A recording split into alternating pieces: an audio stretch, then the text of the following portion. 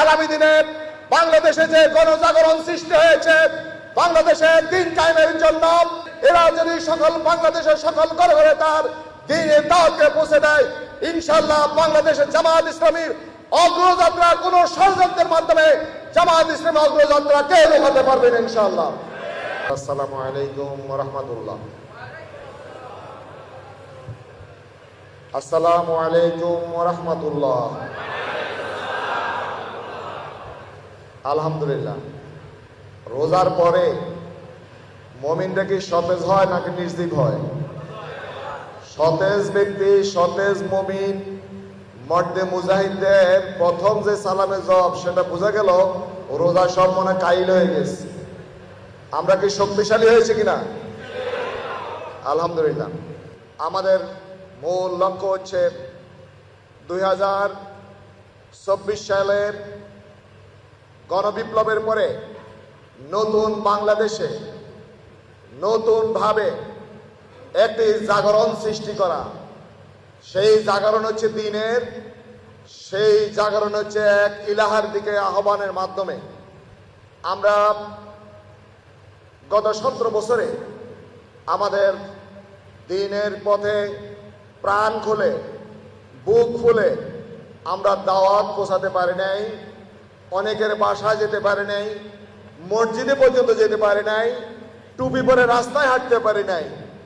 আল্লাহ রাব্বুল আলামিন আমাদের শহীদ নেতৃবৃন্দের রক্তের বিনিময়ে, বাংলাদেশের কোটি কোটি মানুষের চোখের পানির বিনিময়ে আমাদের যে বাংলাদেশ উপহার দিয়েছে আল্লাহ রাব্বুল আলামিন, এই নতুন বাংলাদেশে আমরা গত 17 বছরের কাজা কাফারা আদায় করে দ্বীনের দাওয়াতকে প্রতিটি ঘরে ঘরে, প্রতিটি ফ্যামিলিতে ফ্যামিলিতে আমরা পৌঁছাতে চাই। এই ব্যাপারে আপনারা কি একমত? ইনশাআল্লাহ সবাইকে একমত, সবাইকে একমত। আজকে এখানে যারা আছেন আমার সাথে হাত তোলেন। আমরা আল্লাহকে সাক্ষী রেখে আজকের এই সমাবেশে ওয়াদা করছি আগামী 15 দিন আমরা প্রতিটি ঘরে ঘরে একদিনও আমরা কামাই দিব না। প্রতিদিন আমরা দাওয়াতকে, আল্লাহর আইন এবং সত্যকে শাসনের আহ্বানকে সকল মানুষের কাছে পৌঁছে দেব ইনশাআল্লাহ। আমরা যে কাজটি করছি, আমরা দুনিয়ার কোনো কাজ করছি না, এটা আল্লাহ রাব্বুল আলামিনের নির্দেশে। সম্মানিত ভাইরা, আমরা এই রাসূলুল্লাহ সাল্লাল্লাহু আলাইহি সাল্লামের আদর্শকে বাস্তবায়নের জন্য রাসূলের রিসালাতের দায়িত্ব পালন করছি।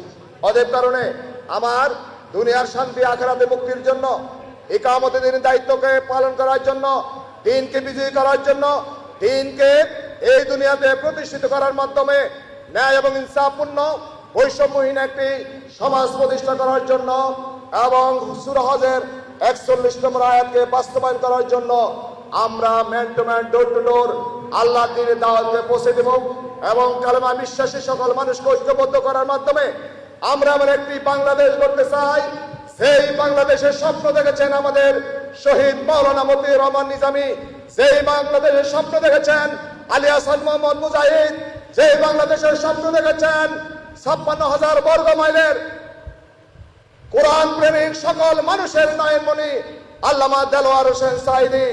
তারা চলে গিয়েছে, কিন্তু দেলোয়ার হোসেন সাঈদী, আল্লামা মতিউর রহমান নিজামীর উত্তরসূরিরা যদি বেঁচে থাকে, তারা যদি প্রতিটি ঘরে ঘরে তার দাওয়াতকে পৌঁছে দেয়, আগামী দিনে বাংলাদেশে যে গণজাগরণ সৃষ্টি হয়েছে বাংলাদেশের দিন কায়েমের জন্য, যারা এখন জীবিত আছে এরা যদি সকল বাংলাদেশের সকল ঘরে ঘরে তার দ্বীনের দাওয়াতকে পৌঁছে দেয়, ইনশাআল্লাহ বাংলাদেশের জামাত ইসলামীর অগ্রযাত্রা কোন ষড়যন্ত্রের মাধ্যমে জামাত ইসলামী অগ্রযাত্রা কেউ রোখাতে পারবেন ইনশাআল্লাহ। তাহলে আসুন আমরা দীপ্ত শপথে দৃঢ় কদমে এগিয়ে যাই। গেন্ডারিয়া ওয়ারি ঢাকা 6 আসনের প্রতিটি মানুষকে, প্রতিটি জনপদকে আল্লাহ রঙে রঙিন হওয়ার জন্য, কালেমা বিশ্বাসী সকল মানুষকে পরিপূর্ণভাবে দ্বীনে দাখিল হওয়ার জন্য উদাত্ত আহ্বান জানিয়ে আমরা আমাদের দায়িত্ব পালন করব।